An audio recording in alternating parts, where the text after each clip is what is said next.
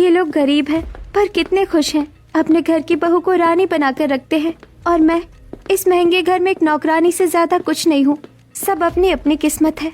ऐसा सोचते हुए निधि अपनी सास के साथ घर चली आती है और ऐसे ही कुछ दिन बीत जाते हैं। एक दिन निधि वॉशिंग मशीन में कपड़े धोने की तैयारी कर रही होती है। सरला वहां आकर मशीन बंद कर देती है और गुस्सा होते हुए कहती है, ये क्या कर रही है बहू? तुझे पता है बिजली का बिल कितना आता है? वैसे भी मशीन से कपड़े धोना मुझे बिल्कुल पसंद नहीं है। हाथ से धो कपड़े। पिछली बार मेरी महंगी साड़ी खराब हो गई थी। भगवान ने हाथ दिए हैं, उनका इस्तेमाल करो। जाओ धूप में बैठकर कपड़े धो। ऐसा कहकर सरला वॉशिंग मशीन को बंद करवा कर रखवा देती है। निधि रोती हुई बाल्टी लेकर छत पर धूप में बैठ जाती है और कपड़े धोने लगती है। शाम को जब विवेक घर आता है तब निधि उसे अपने लाल हुए हाथ दिखाती है और कहती है, विवेक देखो मेरे हाथ। माँ जी ने आज सारे कपड़े हाथ से धुलवाए। मैं थक गई हूँ, बहुत दर्द हो रहा है। तो क्या हुआ निधि, हाथ है तो काम तो करना ही पड़ेगा। थोड़ा मॉइस्चराइजर वगैरह लगा लो, ठीक हो जाएगा। और देखो, माँ के खिलाफ कुछ मत बोलना मुझे, मैं उनके खिलाफ कुछ नहीं सुनने वाला। तुम्हें मेरी तकलीफ नहीं दिख रही? तुम कैसे पति हो? अरे यार, ऐसी भी क्या तकलीफ हो गई है तुम्हें? कपड़े ही तो धोए हैं, कोई पहाड़ तो नहीं तोड़ लिया। चलो अब ज्यादा बातें मत करो, मैं थक गया हूँ, मुझे सोने दो, सुबह जल्दी उठना भी है। ऐसा कहकर विवेक सो जाता है। ऐसे ही कुछ दिन बीत जाते हैं और एक दिन सुबह निधि घर पर पोछा लगा रही होती है। तभी सरला निधि के पास आती है और कहती है, सुनो बहू, जल्दी से पोछा लगाकर रसोई में जाओ और नाश्ते और खाने का इंतजाम कर लो। बस मेहमान आते ही होंगे और वो शादी के बाद पहली बार आ रहे हैं, तो उनके स्वागत में कोई कमी नहीं रहनी चाहिए। जी माँ जी। निधि पूरे घर में पोछा लगाती है, फिर किचन में जाकर खाना बनाना शुरू करती है। लेकिन खाना बनाते समय अचानक उसका हाथ जल जाता है। निधि हाथ को पकड़े हुए अपने कमरे में जाती है और विवेक को अपना हाथ दिखाते हुए कहती है, देखो ना विवेक, खाना बनाते समय मेरा हाथ जल गया। मुझे डॉक्टर के पास ले चलो, मेरे हाथ में बहुत जलन हो रही है। निधि ये बच्चों जैसी बातें मत करो यार, इतना सा तो जला है, कोलगेट लगा लो, ठीक हो जाएगा। वैसे भी मेहमान आने वाले हैं, तुम्हें घर का काम देखना चाहिए या डॉक्टर के पास जाने की बात करनी चाहिए? अब जाओ और रसोई संभालो, वरना माँ देखेगी तो गुस्सा करेगी। ये सुनकर निधि हैरान रह जाती है और मन ही मन सोचती है, कैसा पति है मेरा, उसे मेरी कोई परवाह ही नहीं है। मैंने तो सोचा था कि मेरे पति को मुझसे बहुत प्यार होगा, लेकिन अब ऐसा लगता है कि शायद मेरे पति को मुझसे कभी प्यार नहीं होगा। ऐसा कहकर निधि किचन में जाती है और जली हुई उंगली पर टूथपेस्ट लगा लेती है और अपने काम में लग जाती है। तभी सरला उसे आवाज देकर बुलाती है और बुआ जी से मिलवाते हुए कहती है, निधि, ये तुम्हारी बुआ सास है, शादी में आ नहीं पाई थी इसीलिए आज आई है। अब जाओ और इनके लिए नाश्ता और खाना लगाओ और बुआ जी के स्वागत में कोई कमी नहीं रहनी चाहिए। ऐसा बोलकर सरला निधि को अपनी बुआ सास की सेवा में लगा देती है। तो उधर दूसरी तरफ पिंकी के घर भी कुछ रिश्तेदार आते हैं। कोमल उनके लिए रसोई में चाय बना रही होती है। तभी पिंकी रसोई में आती है और कहती है, कोमल बेटा, मेहमान तुमसे ही तो मिलने आए हैं, ये काम तो होता ही रहेगा। तुम बाहर जाओ, मेहमानों के पास बैठो, काम मैं कर लूंगी।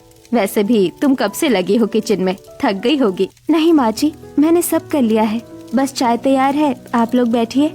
लेकिन तब भी पिंकी अपनी बहू के कामों में उसकी मदद करती है और फिर दोनों सास बहू नाश्ता और खाना तैयार करके मेहमानों के सामने लगा देते हैं। सभी नाश्ता करते हैं। फिर बुआ जी कोमल की तारीफ करते हुए कहती हैं, पिंकी, तेरी बहू तो हीरा है और तू भी कितनी अच्छी सास है। लोग तो सही कहते हैं, भले ही हाथ खाली हो पर तुम्हारा दिल बहुत बड़ा है। तुम लोग दिल के अमीर हो। मेहमान खुश होकर प्रेम से खाना खाते हैं और फिर अपने अपने घर चले जाते हैं। ऐसे ही कुछ दिन बीत जाते हैं और एक दिन निधि की सहेली सुमन उसे फोन करके कहती है, निधि, अगले हफ्ते तो तेरा बर्थडे है, क्या प्लान है? तेरे ससुराल वाले तो बहुत अमीर है, बड़ी पार्टी होगी ना, हमें बुला रही है या नहीं? हाँ, वो अभी एक हफ्ता है बर्थडे में, मैं बात करके बताती हूँ। पार्टी तो जरूर होगी, आखिर इतने बड़े लोग हैं मेरे ससुराल वाले, और मेरे ससुराल में मेरा पहला बर्थडे है तो धूमधाम से सेलिब्रेट होगा मेरा बर्थडे। तू चिंता मत कर, मैं तुझे जरूर बुलाऊंगी अपने बर्थडे में। अब निधि फोन कट कर देती है और अपनी सास के पास जाती है और डरते डरते सरला से पूछती है, माँ जी, मेरा बर्थडे है अगले हफ्ते। मेरी सहेलियाँ पूछ रही थी कि मेरा बर्थडे सेलिब्रेट तो होगा ना, क्या हम घर पर छोटी सी पार्टी कर सकते हैं? पार्टी? देखो बहू, मेरे घर में ये सब नौटंकी नहीं होगी। जन्मदिन मनाना है तो अपने मायके चली जाओ। यहाँ ये फालतू के खर्चे और चोचलेबाजी मुझे पसंद नहीं है। हमारे यहाँ ये सब ड्रामा नहीं होता। तभी वहाँ पर विवेक आ जाता है और निधि विवेक से कहती है, प्लीज विवेक, माँ जी को समझाओ ना, मेरा पहला बर्थडे है तो एक छोटी सी पार्टी रख ले, वरना मैं अपनी सहेलियों को क्या जवाब दूंगी? वो सभी घर आने के लिए कह रही थी। निधि, माँ सही कह रही है, ये बच्चों वाले काम छोड़ो यार और अपनी सहेलियों से भी कह दो कि हमारे यहाँ ये सब नहीं होता। निधि ये सुनकर बहुत मायूस हो जाती है और अपने कमरे में जाकर फूट फूट कर रोने लगती है। वो सुमन को फिर से फोन लगाती है और सारा सच बताते हुए कहती है, सुमन, मेरी किस्मत फूट गई है। मैंने जो सोचा था उसका उल्टा हो रहा है। ये लोग अमीर नहीं, जल्लाद है। मुझे नौकरानी बना कर रखा है। मैं वॉशिंग मशीन तक इस्तेमाल नहीं कर सकती। मेरा पति भी मेरी एक नहीं सुनता, पत्थर दिल है उसका। निधि, इतना सब हो रहा है तेरे साथ और तू बर्दाश्त कर रही है। तू वापस घर क्यों नहीं आ जाती? नहीं सुमन, मेरे माँ बाप मिडिल क्लास है, वो परेशान हो जाएंगे। मुझे ये सब झेलना ही पड़ेगा। ऐसा कहकर निधि फोन रख देती है और ऐसे ही कुछ दिन बीत जाते हैं और एक दिन निधि अपनी सास से कहती है, माँ जी, मैं आलू के पराठे बनाने जा रही थी, लेकिन घी खत्म हो गया है। आप कहे तो मैं पड़ोसी के घर जाकर घी मांग कर ले आती हूँ। ठीक है बहू, जाओ जल्दी आना। अब निधि कोमल के यहाँ जाती है। कोमल रसोई में काम कर रही थी। निधि उसके घर जाती है और कहती है, कोमल, मैं आलू का पराठा बनाने जा रही थी, मेरे घर घी खत्म हो गया, थोड़ा सा दे दो। हाँ निधि, ये लो घी, ले जाओ। वैसे तुम इतनी उदास क्यों दिख रही हो? क्या बात है? तुम्हारा चेहरा बहुत मुरझाया हुआ लग रहा है। क्या बताऊँ कोमल, मैं अपनी जिंदगी से बहुत परेशान हो गई हूँ। समझ नहीं आता कि अपनी जिंदगी की समस्याओं का समाधान कैसे करूँ। मुझे बताओ निधि, मुझे अपनी छोटी बहन समझो। तुम मुझे अपना हर दर्द बता सकती हो। निधि कोमल की बात सुनकर रोने लगती है। उसे अपनी सारी परेशानी बता देती है। सारी बातें सुनकर कोमल कहती है, निधि, ये तो सब तुम्हारे हाथ में है। अगर तुम्हारे घर वाले तुम्हें इतना परेशान करते हैं तो तुम उन्हें सबक क्यों नहीं सिखाती? तुम उनकी हर बात चुपचाप क्यों सुनती हो? तभी पीछे से पिंकी भी आ जाती है और सारी बातें सुनकर कहती है, हाँ निधि बहू, कोमल बिल्कुल सही कहती है। तुम्हें अपने लिए खुद ही लड़ना होगा, तभी तुम्हारे जीवन में सुधार आ पाएगा। हाँ चाची और कोमल, आप दोनों बिल्कुल सही कहती हो। आज के बाद मैं अपने लिए खुद लड़ूंगी। ऐसा कहकर निधि घी लेकर घर आ जाती है। घर आकर वो किचन में घी रखती है और पराठे बनाने लगती है। तभी उसकी सास आती है और गुस्सा होते हुए कहती है, इतनी देर कहाँ लग गई तुझे? अब जल्दी से खाना बना, बहुत भूख लगी है। माँ जी, मेरे सर में थोड़ा दर्द है तो मैं खाना नहीं बना पाऊंगी, प्लीज आप बना दीजिए। ऐसा कहकर निधि गुस्से में अपने कमरे में चली जाती है। ये देखकर सरला हैरान रह जाती है। वो हॉल में आकर चिल्लाकर कहती है, देख रहे हो आप लोग कितनी बिगड़ गई है आजकल हमारी बहू। सीधे कह दिया कि खाना नहीं बनाऊंगी और कमरे में जाकर सो गई। अच्छा माँ, उसने ऐसा कहा? रुको, अभी उसे बताता हूँ मैं। ऐसा कहकर विवेक गुस्से में अपने कमरे में जाता है तो देखता है कि निधि सो रही है। विवेक गुस्से में कहता है, अच्छा तो सो रही है महारानी जी? जल्दी जाओ, जाकर खाना बनाओ, हम सबको भूख लगी है। आप लोग हमेशा अपने बारे में सोचते हैं, मेरे बारे में कभी कोई नहीं सोचता। मेरे सर में दर्द है और मैं खाना नहीं बनाऊंगी, बस बात खत्म। आपको भूख लगी तो खुद ही बनाकर खा लो। ये सुनकर विवेक का गुस्सा और बढ़ जाता है। उस पर हाथ उठाने की वो कोशिश करता है। तभी जगदीश कमरे में आ जाता है और उसका हाथ पकड़कर गुस्सा होते हुए कहता है, सरला, विवेक, बस बहुत हुआ। तुम दोनों जल्लादों की वजह से इस बच्ची की यह हालत हुई है। तुम अपनी अमीरी का रुतबा झाड़ते हो पर इंसानियत भूल चुके हो। विवेक, अगर तू अपनी माँ के चक्कर में अपना घर उजाड़ना चाहता है तो याद रख, बाद में बहुत पछताएगा तू। जगदीश गुस्सा होते हुए वहां से चला जाता है। ऐसे ही 2 दिन बीत जाते हैं और निधि अब उदास रहने लगती है। जगदीश को ये देखकर बड़ा बुरा लग रहा था। वो निधि के कमरे में आता है और समझाते हुए कहता है, बेटा देख, इस तरह से उदास होने से काम नहीं चलेगा। तुझे तेरे पति और तेरी सास से खुद ही लड़ना पड़ेगा। हाँ, इस लड़ाई में मैं तेरे साथ हूँ। क्या आप सच कह रहे हैं? पिताजी, मुझे बहुत खुशी है कि कम से कम इस घर का कोई सदस्य तो मेरा साथ दे रहा है। जगदीश अपनी बहू को अपना एटीएम कार्ड देते हुए कहता है, देख बेटा, मेरा ये एटीएम कार्ड रख, बाहर जा और घूम फिर, खाना खाओ, अपने आप को खुश रखो और अपने पति और सास की चिंता छोड़ दो। धीरे धीरे वो लोग खुद ही अपने रास्ते पर आ जाएंगे। अब तुम्हें उनसे घबराने की कोई जरूरत नहीं है। ये सुनकर निधि बहुत खुश हो जाती है। अगले दिन सुबह सरला रसोई में खड़ी होकर चिल्लाते हुए कहती है, अरे निधि बहू, तू कहाँ रह गई? आज नाश्ता नहीं बना? अभी तक तू रसोई में नहीं आई, जल्दी आ।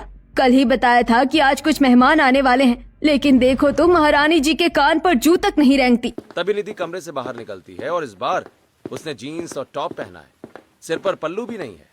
उसके हाथ में उसका बैग है। तभी वो अपनी सास के पास आकर कहती है, माँ जी, मैं नाश्ता नहीं बनाऊंगी और आज से मैं ये बहू वाला नाटक भी नहीं करूंगी। ये क्या पहना है तूने और ये क्या जुबान लड़ा रही है? तुझे शर्म नहीं आती? शर्म तो आपको आनी चाहिए माँ जी, जिन्होंने एक इंसान को नौकरानी समझ लिया। पापा जी ने मुझे पैसे दिए हैं, मैं बाहर जा रही हूँ शॉपिंग करने और वही खाना खाऊंगी। विवेक, अगर तुम्हें नाश्ता चाहिए तो खुद बना लो या माँ जी की मदद करो। निधि, अपनी हद में रहो। माँ से ऐसे बात मत करो, वरना मैं तुम्हें मायके भेज दूंगा। तो भिजवा दीजिए, मैं तो खुद जाना चाहती हूँ। कम से कम वहाँ मुझे इज्जत तो मिलेगी। और याद रखना विवेक, अगर तुमने अब मुझ पर गुस्सा किया या चिल्लाया तो मैं चुप नहीं बैठूंगी। ऐसा कहकर निधि बाहर चली जाती है। सरला और विवेक ये देखकर हैरान रह जाते हैं। निधि रात को घर लौटती है। उसके हाथ में बड़े सारे शॉपिंग बैग होते हैं, दूसरे हाथ में पिज्जा होता है। वो डाइनिंग टेबल पर बैठ जाती है और पिज्जा खाने लगती है। सरला ये सब कुछ देखकर गुस्सा होते हुए कहती है, ये क्या बदतमीजी है, घर में खाना नहीं बना और तू बाहर से कचरा लेकर आई है। माँ जी, जिसको भूख लगी है वो बना ले, मैंने तो खा लिया। और हाँ, कल से ये मेड काम पर आएगी, मैंने बात कर ली है। वॉशिंग मशीन भी अब रोज चलेगी। अगर आपको बिजली के बिल की चिंता है तो पापा जी ने कहा है वो संभाल लेंगे। अरे निधि जो कर रही है बिल्कुल सही कर रही है। सरला, अब तुम्हारी मनमानी नहीं चलेगी। पापा आप इसे बिगाड़ रहे हैं, ये हाथ से निकल जाएगी। ये हाथ से नहीं निकली है विवेक, ये तो अब आजाद हुई है। तुमने इसे बांधने की खूब कोशिश की, इसलिए ये बागी हो गई। अगर प्यार से रखते तो आज ये खुशी खुशी तुम्हारे लिए खाना बना रही होती। अपने पिता की बात सुनकर विवेक सिर झुका लेता है। ऐसे ही समय बीत रहा था और अब निधि अपने घर वालों में से किसी की नहीं सुनती और अपनी ही मनमानी करती है। एक दिन निधि छत पर अकेली बैठी हुई थी, तभी जगदीश वहां आता है। उसके पास बैठकर उससे बातें करने लगता है। निधि बेटा, अब कैसा महसूस कर रही हो? डॉक्टर ने कहा है कि तुम्हें पूरा आराम करना है बेटा। और हाँ, आज से तुम्हारे साथ इस घर में कोई जबरदस्ती नहीं होगी। पापा जी, मुझे लगा था कि बड़े घर में आने के बाद मुझे खुशियाँ मिलेंगी, पर यहाँ तो मुझे अपनी सासों का भी हिसाब देना पड़ता है। तभी सरला और विवेक भी पीछे से वहां आ जाते हैं। ये सारी बातें सुनकर सरला गुस्सा होते हुए कहती है, देखो जगदीश जी, ये अब आपको हमारे खिलाफ भड़का रही है। मैंने क्या बुरा किया, सिर्फ घर के नियम ही तो सिखाए थे। नियम है या गुलामी? सरला, तुमने इसे वॉशिंग मशीन तक छूने नहीं दी, धूप में कपड़े धुलवाए और तो और तुमने इसे भूखा रखा। क्या यही तुम्हारे संस्कार हैं? और विवेक, तूने भी अपनी पत्नी पर कोई ध्यान नहीं दिया। तुझे अपने आप को पति कहलाने पर शर्म आनी चाहिए। पापा मैं तो बस माँ की बात मान रहा था। मुझे लगा कि माँ जो कर रही है, जो कह रही है, घर की भलाई के लिए है। घर की भलाई बहू को बीमार करके नहीं होती। आज से निधि अपनी मर्जी से रहेगी और अगर तुम दोनों को ऐतराज है तो तुम दोनों इस घर से जा सकते हो। जगदीश की बात सुनकर विवेक और उसकी माँ दोनों वहां से चले जाते हैं। ऐसे ही कुछ दिन और बीतते हैं, लेकिन अब निधि और ज्यादा गुस्सैल और मनमानी स्वभाव की हो जाती है। वो अपनी सास और अपने पति की कोई बात नहीं सुनती, जिससे वो दोनों बड़ा परेशान होते हैं। एक दिन पिंकी अपनी बहू कोमल के साथ सरला के घर आती है।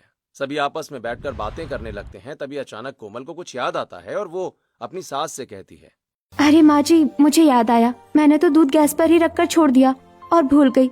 अब तक तो सारा दूध जल गया होगा। कोई बात नहीं बेटा, तू जल्दी से आकाश को फोन कर दे, वो घर पर ही है, गैस बंद कर देगा। तभी कोमल अपने पति को फोन करने के लिए बाहर चली जाती है। ये सब देखकर सरला पिंकी से कहती है, ये क्या पिंकी, तुम्हारी बहू ने इतनी बड़ी गलती की लेकिन फिर भी तुमने उसे कुछ नहीं कहा।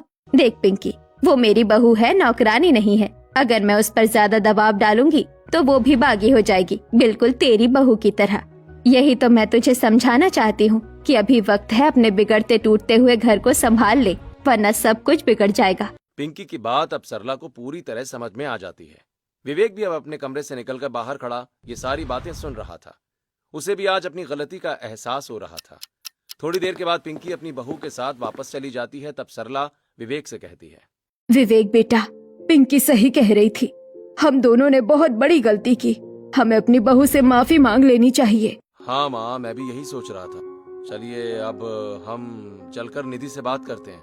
ऐसा कहकर सरला और विवेक निधि के कमरे में जाते हैं और विवेक निधि से माफी मांगते हुए कहता है, निधि मैं तुमसे माफी मांगने आया हूँ।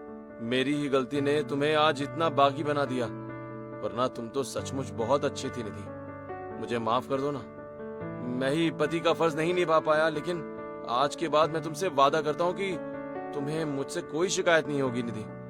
मैं तुम्हें सच में बहुत प्यार करूंगा, तुम जैसे चाहती हो मैं तुम्हें वैसे रखूंगा। हाँ बहू, विवेक सही कह रहा है, इन सब में गलती मेरी ही है। मैंने ही तुझे दबाकर रखने की कोशिश की। आज मैं समझ गई हूँ कि बहुओं को दबाकर नहीं बल्कि प्यार से बराबरी का दर्जा देकर रखा जाता है। ये सुनकर निधि बहुत खुश हो जाती है, अपने पति और अपनी सास को माफ कर देती है। पीछे खड़ा जगदीश भी अब ये सब कुछ सुनकर बड़ा खुश हो जाता है। और इसी तरह सभी लोग साथ में मिलजुल कर रहने लगते हैं। तो वहीं दूसरी तरफ कोमल और पिंकी आंगन में साथ बैठकर ऊन का गोला बना रही होती हैं। आकाश भी पास में बैठा कुछ काम कर रहा है। तभी कोमल कहती है, माँ जी, निधि के घर में अब काफी बदलाव आ गया है। सुना है उसने अपनी सास की बोलती बंद कर दी है। बेटा, ये अच्छी बात नहीं है कि घर में कलेश हो, पर सरला ने अति कर दी थी। किसी को इतना भी नहीं दबाना चाहिए कि वो टूट जाए। प्यार से जो काम हो सकता है वो डर से कभी नहीं है।